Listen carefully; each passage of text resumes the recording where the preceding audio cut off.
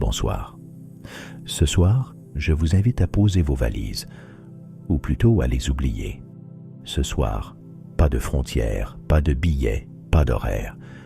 Juste un voyage immobile, mais profondément vivant. Nous allons traverser des paysages rares, étranges, parfois irréels, des lieux que la terre a façonnés lentement, ou que le hasard, la nature et le temps ont transformés en merveilles silencieuses, des endroits qui existent bel et bien, mais qu'on croirait rêver. Ce ne sera pas un tour du monde ordinaire, ce sera une dérive douce, d'un tunnel couvert de feuilles jusqu'au désert de feu, d'un lac rose à une montagne sacrée. Un carnet de route murmuré à l'oreille, au rythme des souffles et des silences. Alors installez-vous, fermez les yeux si vous voulez. Laissez votre imagination prendre le relais.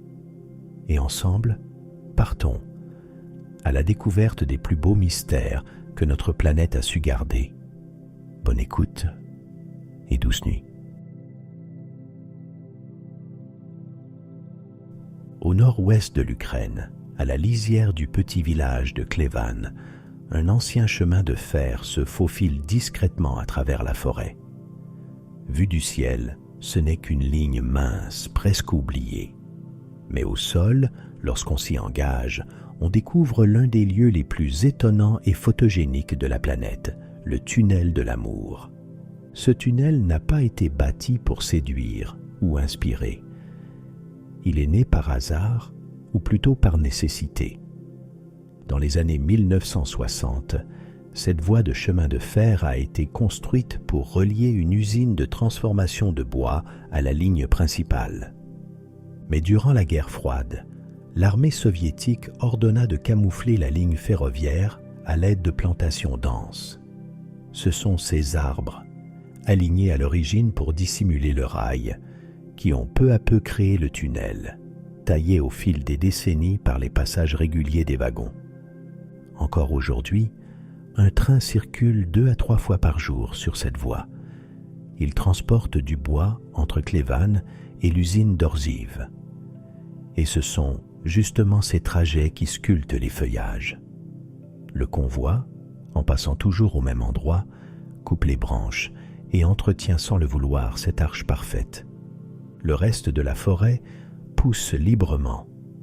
Mais ici, la nature suit la forme imposée par le train, comme si elle acceptait le jeu. La portion la plus célèbre du tunnel mesure environ 3 km. C'est là que la voûte de feuillage est la plus dense et régulière. Au printemps et en été, tout est vert, vibrant, vivant. Les branches forment un plafond naturel où la lumière danse par petits éclats. À l'automne, le tunnel se pare d'orange et de doré, comme un couloir de feu, et en hiver, la neige vient souligner les courbes, transformant l'endroit en une galerie silencieuse, figée dans le froid. Mais ce qui attire ici n'est pas seulement la beauté du lieu, c'est son nom et la légende qui l'accompagne. On raconte que jadis, un jeune homme du village, ouvrier sur la ligne, était amoureux d'une fille polonaise vivant à Orziv. Pour la rejoindre discrètement, il empruntait chaque soir la voie ferrée, traversant la forêt sans que personne ne le sache. Il se retrouvait sous les branches, à l'abri des regards. Un jour, il décida de planter des arbres le long du chemin, un à un, pour masquer son trajet. Avec les années, les arbres grandirent et formèrent ce tunnel si particulier. Selon la version romantique de l'histoire, l'endroit aurait été nommé Tunnel de l'amour, en hommage à leur fidélité.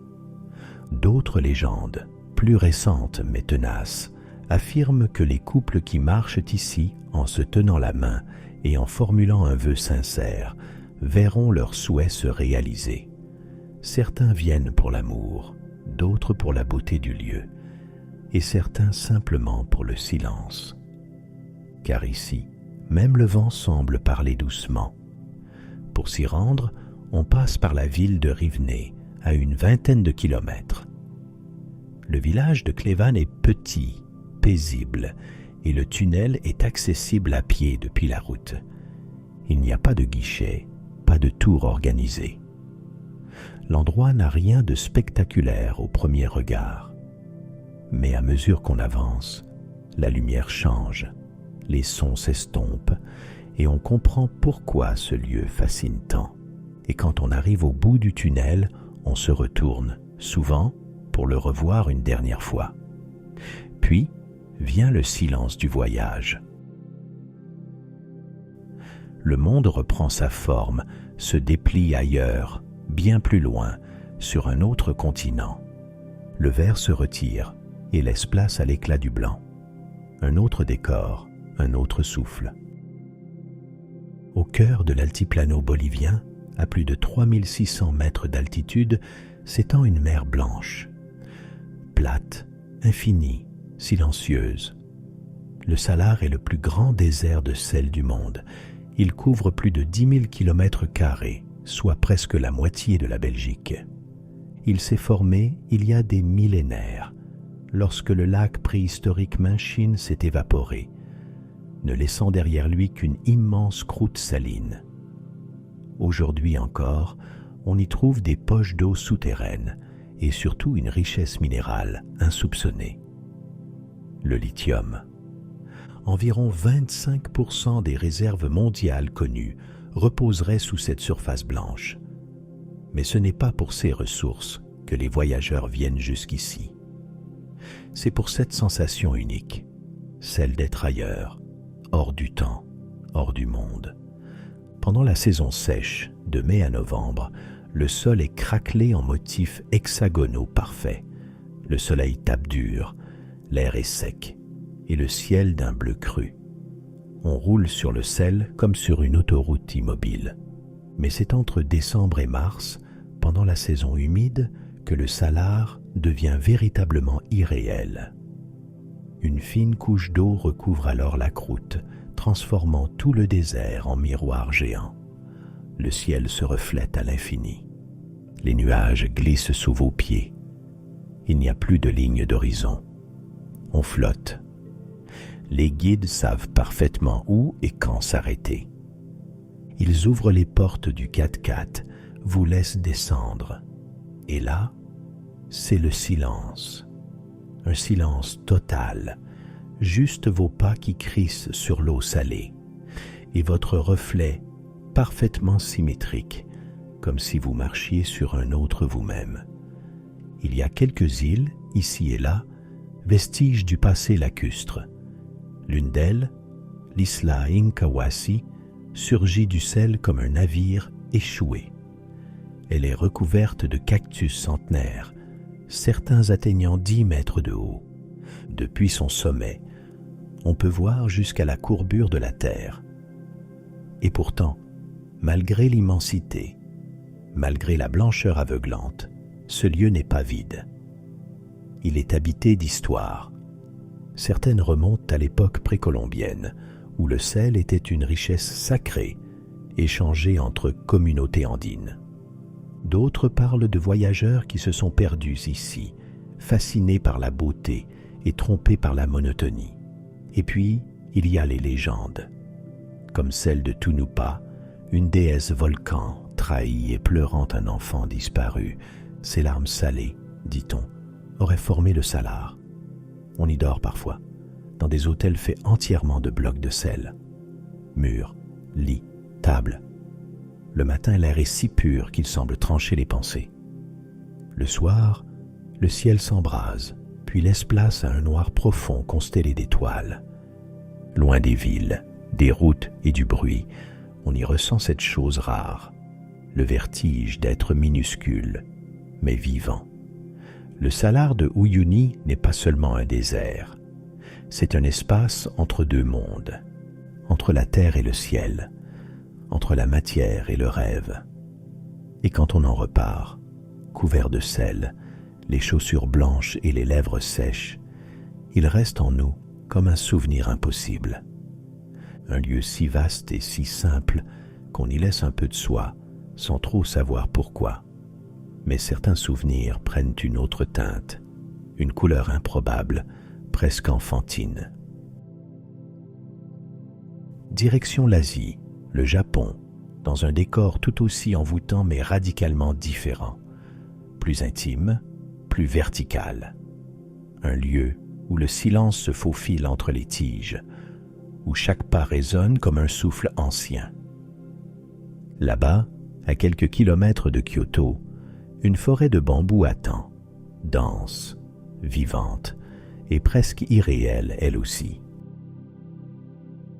Juste à l'ouest de Kyoto, non loin de la rivière Katsura, se dresse une forêt pas comme les autres. Ici, les troncs ne s'élargissent pas comme ceux des chênes ou des pins. Ils montent, droits, hauts, presque trop parfaits. Certains atteignent plus de 10 mètres de hauteur. Leur vert pâle semble capter la lumière et la rendre plus douce. Quand on y entre, la température chute d'1 ou 2 degrés, la lumière se tamise et le monde semble soudain marcher au ralenti. Le chemin est simple, une allée dallée, parfois bordée de bois tressés. Il serpente entre les tiges serrées. On y croise des visiteurs, souvent calmes, comme si la forêt elle-même imposait une forme de respect. Car ici, ce n'est pas la grandeur qui impressionne, mais le rythme, celui des bambous qui tanguent légèrement au vent, comme une respiration lente, presque humaine. La bambouseraie fait partie du quartier d'Arashiyama, un lieu autrefois prisé par la noblesse japonaise. Depuis des siècles, les gens viennent ici non pour chercher quelque chose, mais pour se laisser traverser. On y pratique encore la méditation. Et on comprend pourquoi. Il suffit de s'arrêter un instant, d'écouter. Le vent glisse entre les troncs et fait vibrer les tiges. Ce son si particulier, ce froissement léger, fait partie des 100 paysages sonores du Japon, répertoriés par le ministère de l'Environnement. Il n'y a pas de cigales ici, pas de chants d'oiseaux. Juste ce bruissement doux, régulier, comme un souvenir oublié. Le bambou n'est pas un arbre. C'est une herbe géante. Il pousse vite, très vite, jusqu'à 1 mètre par jour dans certaines conditions. À Arashiyama, la croissance est plus contrôlée, mais le principe reste le même. La forêt est vivante, en mouvement. Certains guides disent que la forêt entière peut changer d'allure en une seule saison. Autour, plusieurs temples anciens veillent, cachés entre les collines. Le Tenryuji, par exemple, classé au patrimoine mondial de l'UNESCO, est à quelques pas. Ces jardins zen, parfaitement entretenus, prolongent l'expérience d'introspection. Et si l'on continue un peu plus loin, on atteint le pont Togetsukyo, le pont qui traverse la Lune, un autre lieu emblématique de Kyoto. Mais rien n'égale cette allée de bambou. Au lever du soleil, quand la lumière filtre encore bas entre les tiges, l'air est presque suspendu. Et en fin de journée, quand le vent s'intensifie, les bambous s'inclinent à peine, comme s'ils saluaient le jour qui passe. Ce n'est pas une forêt où l'on s'aventure, c'est une forêt où l'on s'écoute. Et quand on en ressort, même si l'on est resté 1 heure à peine, on a l'étrange impression que le temps a été plus long ou plus dense, que quelque chose, imperceptiblement, a changé. Peut-être parce que, dans cet entrelac de verre et de lumière, le monde s'est soudain tu, juste assez pour que l'on s'entende penser. Au large des côtes sud de l'Australie, sur une île inhabitée battue par les vents marins, se cache un mystère. Le lac Hillier ne mesure que 600 mètres de long. À l'échelle australienne, c'est presque rien. Mais vu du ciel, il est inoubliable. Un ovale d'un rose intense, opaque, presque artificiel. Ce n'est pas un reflet, ni un effet de lumière. L'eau elle-même est rose, tout au long de l'année. Même dans un flacon, la couleur persiste. Et pourtant, malgré son apparence étrange, elle est totalement naturelle. ce phénomène reste encore partiellement inexpliqué. Les scientifiques s'accordent à dire que la coloration provient d'une combinaison d'éléments. Une algue microscopique appelée Dunaliella salina, qui produit un pigment rouge pour se protéger du sel et de la lumière intense. Des bactéries halophiles vivant dans la croûte de sel du fond. Et une concentration extrême de sel, presque 10 fois plus élevée que celle de la mer. Le résultat de cette alchimie invisible, c'est cette eau rose laiteuse, uniforme, irréelle. Le lac est situé sur Middle Island, la plus grande île de l'archipel de la Recherche, au large de l'Australie occidentale. L'île est aujourd'hui protégée, classée réserve naturelle et totalement inhabitée. L'accès se fait uniquement par avion ou par bateau, dans des conditions encadrées. Il n'est pas possible d'y nager librement, ni même d'y camper. La plupart des visiteurs survolent le lac en petit avion depuis Espérance, une ville côtière à quelques dizaines de kilomètres.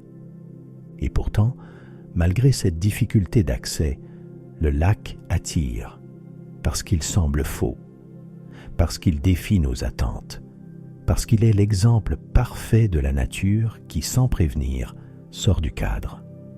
Contrairement à d'autres lacs salés ou colorés du monde, il y garde sa teinte toute l'année. Même en plein hiver austral, sous un ciel gris, le rose reste. Il ne pâlit pas, ne disparaît pas. Il est constant, obstiné.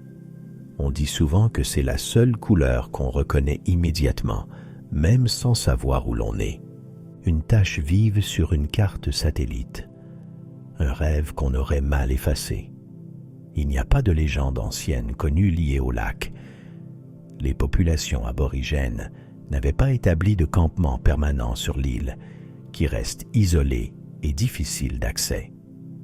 Le lac fut officiellement découvert en 1802 par l'explorateur britannique Matthew Flinders, qui grimpa au sommet de l'île et fut, comme tout le monde depuis, frappé par l'étrangeté de cette couleur. Il préleva un échantillon, observa sa teinte tenace et nota le phénomène dans son journal de bord. 2 siècles plus tard, les scientifiques n'ont toujours pas tout à fait élucidé son origine, mais peut-être que ça n'a pas d'importance, car une fois devant lui, la science recule un peu. Le vent souffle sur l'île, sec et salé. Les eucalyptus s'accrochent à la roche. L'océan rugit tout autour. Et là, au milieu de ce décor brut et sauvage, ce lac rose semble sourire, comme une tache de douceur dans un monde austère. Il ne fait pas de bruit. Laissons derrière nous les rivages calmes et les teintes impossibles du sud de l'Australie. Remontons vers le nord, bien plus haut, jusqu'aux paysages rudes de la Norvège. Là où les lacs sont froids, les roches anciennes et le ciel parfois trop bas pour respirer. C'est là, suspendu au-dessus du vide, qu'une langue de pierre défie la gravité. Suspendu dans le vide à plus de 700 mètres au-dessus du lac Ringedalsvatnet, le chemin pour y parvenir n'est pas facile. Trolltunga ne se gagne pas en voiture ou en téléphérique. Il faut marcher. Beaucoup. Environ 27 km aller-retour, avec près de 1200 mètres de dénivelé positif. Une randonnée exigeante, longue, souvent boueuse, qui commence près de la ville d'Oda et peut durer jusqu'à 10 ou 12 heures selon la météo et le rythme. Mais ceux qui y vont le savent, la récompense est à la hauteur de l'effort. Tout au long du chemin, le décor se transforme. Forêts épaisses, ruisseaux glacés, dalles rocheuses marquées par les traces de glaciers disparus, et enfin, ce plateau balayé par les vents où la roche semble s'étirer vers l'infini. Et là, sans prévenir, la voilà. Une langue massive de pierre jaillissant dans le vide au-dessus d'un précipice vertigineux. Trolltunga ne semble pas simplement posée là, elle semble en équilibre. Son extrémité est plate, large et attire irrésistiblement les voyageurs. Il n'y a pas de barrière, pas de filet de sécurité, juste vous, le vide et le silence des montagnes. La légende raconte qu'un troll géant, surpris par la lumière du jour alors qu'il tirait la langue de colère, aurait été pétrifié sur place, figé pour l'éternité en surplomb du fjord. Comme souvent en Norvège, les contes anciens se mêlent à la géologie. Et dans ce pays où les trolls sont plus que des personnages imaginaires, cette explication semble presque logique. En réalité, cette langue de pierre est le fruit de l'érosion glaciaire. Pendant des milliers d'années, les glaciers ont gratté, sculpté, arraché la roche, laissant derrière eux ce rebord saillant, comme une dalle qu'on aurait oublié de casser. Le lac en contrebas, d'un bleu profond, reflète parfois les nuages et parfois le ciel pur. Autour, des sommets enneigés toute l'année rappellent que nous sommes ici dans l'un des environnements les plus rudes du continent. L'été est bref. Le vent, souvent glacial, même en juillet. Les jours, en revanche, sont longs. Et si l'on a le courage d'y rester jusqu'au soir, on peut voir le soleil frôler l'horizon sans jamais vraiment disparaître. Trolltunga est devenu un lieu presque mythique pour les randonneurs du monde entier. On y vient pour se dépasser, pour prendre la photo iconique, debout au bord de la langue, ou simplement pour ressentir cette chose rare, la sensation d'être minuscule, et pourtant debout face à l'immensité. Trolltunga n'est pas seulement une falaise, c'est un rite de passage, un moment suspendu, un endroit où l'on comprend que la nature, quand elle se fait immense, peut à la fois terrifier et apaiser. Et quand on redescend, le corps fatigué, les pieds trempés, le dos endolori, on se retourne une dernière fois vers cette langue de pierre tendue vers le ciel, comme un cri figé ou un sourire de granit. La Norvège disparaît derrière les brumes. L'air humide cède sa place à la chaleur moite des tropiques, aux herbes hautes, aux nuages accrochés au sommet. À des milliers de kilomètres de là, dans le cœur sauvage de l'Amérique du Sud, une autre montagne nous attend. Mais celle-ci ne pointe pas vers le ciel, elle le porte, monumentale, immobile, insaisissable. À la frontière entre le Venezuela, le Brésil et le Guyana, un mur surgit du sol. Il mesure environ 2810 mètres de haut, mais c'est surtout sa forme qui le rend si impressionnant. Ce n'est pas un pic, c'est un tépuis, un type de montagne très ancien que l'on ne trouve presque qu'ici, au cœur du plateau des Guyanes. Le mont Roraima est un fragment de la Terre d'avant les continents, une table géologique qui date de près de 2 milliards d'années. On dit parfois qu'il est l'une des plus vieilles formations rocheuses visibles au monde. Et quand on l'aperçoit pour la première fois, dressé au-dessus de la jungle, on comprend. Ce lieu semble appartenir à une autre époque. Ces falaises, hautes de plus de 400 mètres, semblent infranchissables, et pendant longtemps, elles l'ont été. Les peuples autochtones considéraient le mont comme sacré.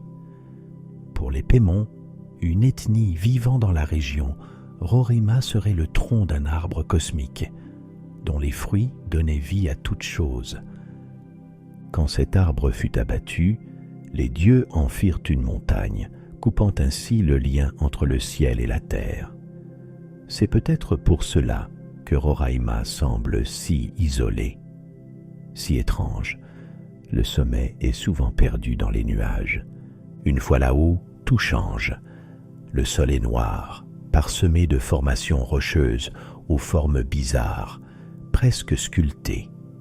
Il y a des piscines naturelles, des rivières acides, des plantes endémiques qu'on ne trouve nulle part ailleurs. Certaines semblent tout droit sorties d'un autre monde, et pour cause, elles ont évolué ici, à l'écart du reste du vivant pendant des millions d'années. C'est ce décor qui a inspiré Arthur Conan Doyle pour son roman Le Monde perdu. Dans l'histoire, une expédition découvre un plateau isolé peuplé de créatures préhistoriques.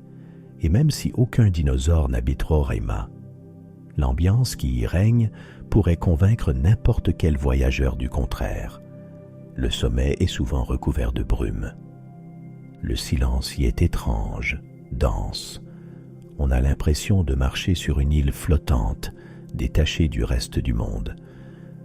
L'ascension commence du côté vénézuélien. Le trek prend environ 6 à 8 jours, aller-retour. On traverse d'abord la savane, puis des forêts humides, des rivières à gué, avant de grimper sur un sentier étroit taillé dans la roche, appelé la rampe. C'est le seul point d'accès au sommet, une faille dans la muraille. Le reste est trop vertical pour être franchi sans équipement d'escalade. Une fois en haut, le contraste est total. Le paysage devient lunaire. Pas d'arbres, très peu de sons. On dort dans des grottes naturelles, appelées hôtels, abrités du vent et de la pluie, car il pleut souvent là-haut. L'eau ruisselle en cascade sur les falaises, formant parfois des chutes d'eau géantes qui s'évanouissent dans les nuages. Ce n'est pas une randonnée anodine. Ce n'est pas un sommet classique. C'est un voyage dans un autre monde. Un monde qui ne vous attendait pas et qui pourtant vous accueille avec rudesse, avec mystère, avec une beauté brute, sans artifice. Quand on redescend, après des jours d'efforts et de silence, il reste quelque chose. Une impression persistante, celle d'avoir mis les pieds sur un fragment de terre que le temps a oublié, une île du passé, un sommet qui regarde le monde depuis des millions d'années sans jamais bouger, et qui, peut-être, continuera de le faire bien après nous. Mais le voyage ne s'arrête pas. Cap au nord, bien plus loin, là où la mer est froide et les paysages façonnés par la lave et le vent, là où le rivage n'accueille pas, il avertit. Entre les falaises d'Islande, un autre monde nous attend, plus brut, plus rugueux, plus noir. Une plage où la terre semble encore en colère. Sur la côte sud de l'Islande, au bord de l'Atlantique Nord, le sable n'est pas du sable ordinaire, il est né du feu, du magma refroidi, broyé par l'océan, fragmenté par le vent. Ce rivage est le résultat direct de l'activité volcanique de l'île, qui est l'une des plus jeunes terres d'Europe. Le noir ici n'est pas une absence de couleur, mais une mémoire géologique. Chaque grain est un souvenir du feu et de la glace. En s'y promenant, on entend d'abord le grondement des vagues, fort, régulier, inquiétant, presque.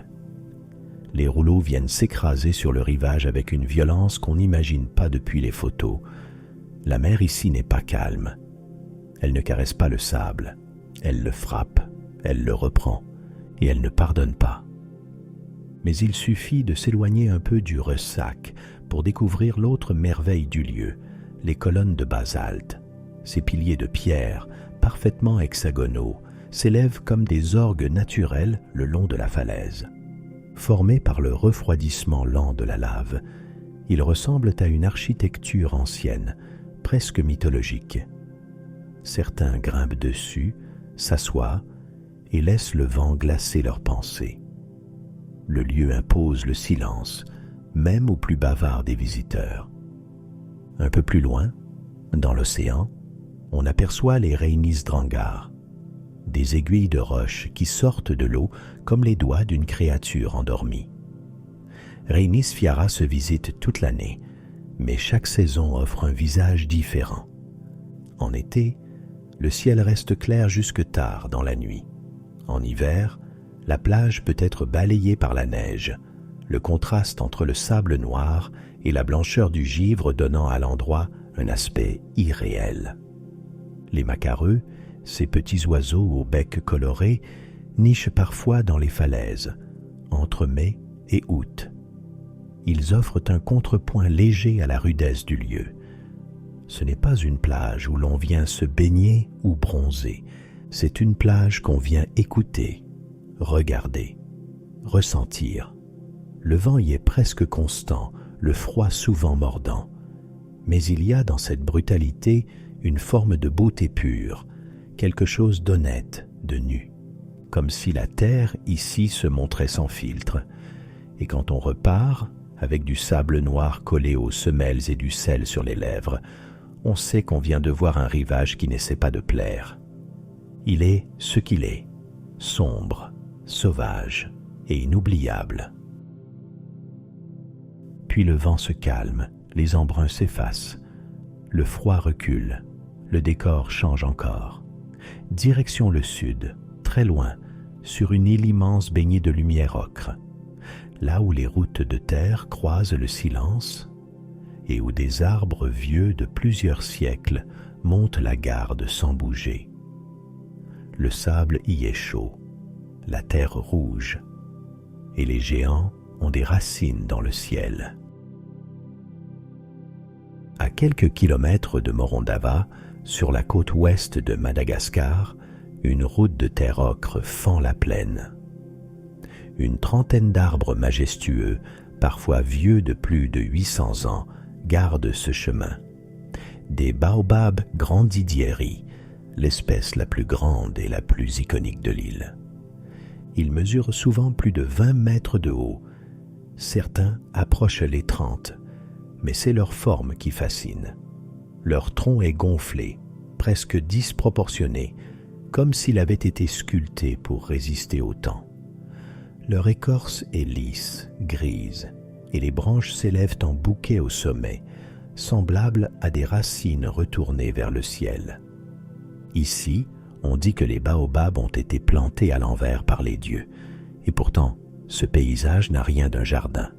Il est né naturellement, autrefois noyé dans une forêt tropicale dense. Mais les siècles ont passé. L'agriculture, les feux, les cultures vivrières ont tout rasé, sauf eux. Les baobabs ont résisté, parce qu'ils sont sacrés, parce qu'ils sont utiles, ou peut-être juste parce que personne n'a osé les abattre. Aujourd'hui, ils sont seuls, isolés au milieu des rizières et des champs de manioc, gardiens d'un passé disparu. Ils ne forment pas une forêt, mais une mémoire. Chaque arbre est unique. Certains sont creux, d'autres penchent. Certains portent les cicatrices du feu ou du temps, mais tout s'impressionne. Et lorsqu'on marche entre eux, au lever du soleil ou à la tombée du jour, quelque chose se produit. L'ombre s'étire, le ciel prend des teintes chaudes et le silence devient presque palpable. On n'est plus sur une route, on est dans un tableau. Les habitants des villages voisins viennent parfois s'y recueillir. Les baobabs sont souvent associés aux ancêtres, aux esprits. Certains sont entourés de petits autels, d'autres sont le théâtre de cérémonies ou de rituels. Il y a même un arbre sacré à proximité, plus éloigné, entouré d'une clôture de bois et décoré de rubans et d'offrandes. On ne s'en approche pas sans respect. L'allée des Baobabs est aujourd'hui un site protégé. Ce n'est ni un parc national, ni un musée, mais un monument vivant. Des efforts sont faits pour préserver les sols, sensibiliser les visiteurs et limiter les dégâts causés par le tourisme croissant. Car ce lieu, fragile, ne se résume pas à des photos. Il faut le vivre, le ressentir. On peut y venir à pied, en vélo, en charrette tirée par des zébus. La piste est poussiéreuse, lente, mais l'arrivée se fait toujours dans un silence respectueux. Les touristes parlent moins fort ici, comme si les arbres imposaient naturellement le calme. Et quand le soleil descend, peignant les troncs de lumière dorée, le paysage devient presque irréel. Une scène figée dans le temps. l'ombre des baobabs s'allonge jusqu'à la route, et pour un instant, tout semble s'arrêter. Puis vient la nuit. Les étoiles apparaissent une à une, brillantes dans le ciel sans lumière artificielle, et les géants restent là, immobiles, silencieux, témoins de tout ce qui passe, de tout ce qui disparaît, et de ce qui, contre toute attente, demeure. Mais parfois, la terre ne veille pas en silence. Parfois, elle crache, brûle, gronde sans fin. Alors quittons les plaines paisibles de Madagascar pour les étendues arides du désert du Karakoum, au Turkménistan. Là-bas, au milieu de nulle part, une gueule de feu s'est ouverte dans le sol, et elle ne s'est jamais refermée. Au cœur du désert du Karakoum, au Turkménistan, un cercle brûle depuis plus de 50 ans. On pourrait croire à une légende, à une invention de conteur, et pourtant, tout est vrai. En 1971, des géologues soviétiques effectuaient des forages pour rechercher du gaz naturel sur ce plateau aride où la végétation est rare et le sol friable. Mais en creusant, ils percèrent accidentellement une cavité souterraine remplie de gaz. Le sol s'effondra sous leurs pieds, formant un cratère d'environ 70 mètres de diamètre. Inquiets des émanations toxiques, les ingénieurs décidèrent d'y mettre le feu, pensant que le gaz se consumerait en quelques jours. Cela fait plus de 5 décennies et le cratère brûle encore. De loin, on ne voit qu'un point lumineux dans l'immensité du désert. De près, c'est un spectacle hypnotique. Le sol s'ouvre sur un gouffre incandescent, tapissé de roches rougeoyantes, craquelées, d'où jaillissent des dizaines de flammes. La chaleur est immédiate, saisissante. L'air y vibre. Même les sons semblent y être déformés. Il n'y a pas de barrière. Rien n'empêche de s'approcher du bord. Le vent y souffle fort, chargé de soufre et de poussière. Le danger est là, invisible et fascinant. La porte de l'enfer est aujourd'hui un paradoxe. À la fois une erreur industrielle et une curiosité naturelle. Un accident devenu attraction. Chaque année, malgré son isolement et le peu d'infrastructures touristiques au Turkménistan, des centaines de visiteurs traversent les plaines sablonneuses pour venir voir ce feu qui ne s'éteint jamais. Certains campent à proximité, juste au-delà du cercle lumineux. Et la nuit, quand l'obscurité recouvre le désert, le cratère devient une sorte de soleil inversé, une lueur surnaturelle qui éclaire le vide alentour. Il n'y a ni bruit de moteur, ni ville proche. Juste le crépitement du feu et le silence du désert. Le gouvernement turkmène a, par moments, envisagé de refermer le cratère, notamment pour des raisons environnementales. Mais il est toujours là. Peut-être parce qu'il est trop complexe à éteindre, peut-être parce qu'il est devenu, malgré lui, le symbole d'un pays discret, peu connu, mais traversé par des paysages d'une austère beauté. Autour, le désert du Karakoum continue, vaste et implacable. Il couvre plus de 70% du territoire du pays. On y trouve des dunes, des roches, des villages rares, quelques nomades. Mais rien ne ressemble à Darvaza. Rien n'a cette intensité, cette absurdité aussi. Car ici, l'homme a creusé et la terre a répondu. La porte de l'enfer n'a pas de gardien. Pas de clôture, pas de message gravé dans la pierre. Elle est là, dans l'immensité, offerte à ceux qui osent s'y rendre. Et elle brûle. Encore et encore. Comme si la terre, à cet endroit précis, avait décidé de ne plus refermer les yeux. Mais il existe d'autres blessures ouvertes, plus douces, plus lentes, où la chaleur ne dévore pas. Elle soigne. Quittons le désert pour remonter vers l'ouest, en Turquie, dans une vallée où l'eau façonne depuis des millénaires un paysage blanc, minéral, presque irréel. Un lieu où la terre ne crie pas, elle murmure. Et c'est là que nous poserons nos pas une dernière fois, pour ce soir. Une ultime halte avant le repos, dans un décor silencieux et chaud, baigné d'eau et de pierre. Une parenthèse blanche pour refermer doucement la journée. Au sud-ouest de la Turquie, dans la vallée du Méandre, un flanc de colline éclaire l'horizon comme un glacier tombé du ciel. Ce lieu unique est une merveille géologique. Il s'est formé au fil des millénaires par l'écoulement d'eau thermale, extrêmement riche en carbonate de calcium.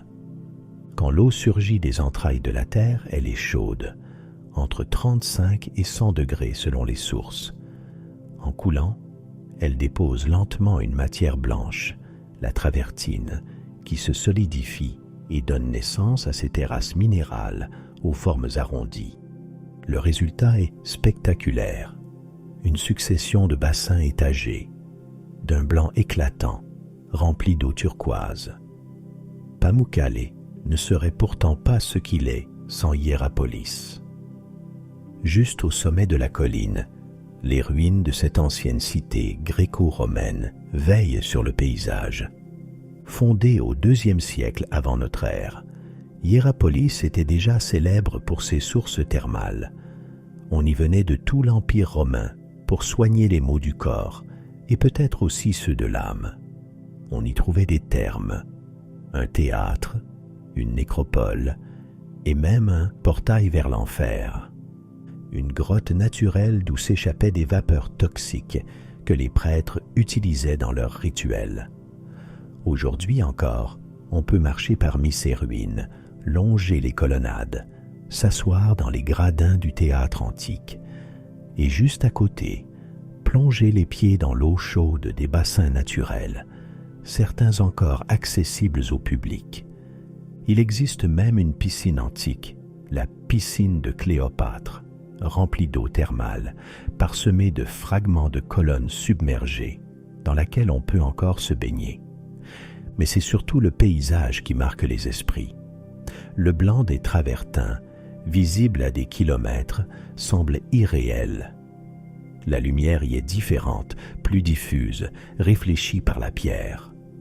En fin de journée, le soleil colore les bassins d'un rose pâle, d'un orange doré, et le silence, brisé seulement par le ruissellement de l'eau, devient presque sacré. Pamukkale a longtemps été menacé par le tourisme. Dans les années 1980 et 1990, des hôtels avaient été construits directement sur les terrasses. Les visiteurs marchaient librement sur les formations, sans protection, et l'eau détournée commençait à altérer la blancheur du site. Mais dans les années 2000, d'importants travaux de préservation ont été entrepris. Les hôtels ont été détruits, des zones ont été fermées à la circulation et un système de régulation de l'eau a été mis en place. Aujourd'hui, on ne peut marcher que pieds nus sur les parties autorisées pour ne pas abîmer les dépôts fragiles. Il faut le vivre pour le comprendre. Ce n'est pas seulement un lieu beau, c'est un lieu ancien, un lieu habité. On ne marche pas sur des pierres ici. On marche sur une mémoire liquide, figée, sur des siècles d'eau, de soins, de croyances. Et quand on se tient là, au bord d'un bassin, les pieds dans l'eau chaude, la vallée en contrebas, les ruines derrière soi, on sent que la terre peut encore, parfois, produire des miracles. Des lieux où la géologie devient art, où l'histoire devient palpable, et où le silence n'est plus vide, mais chargé de tout ce qui a été vécu ici.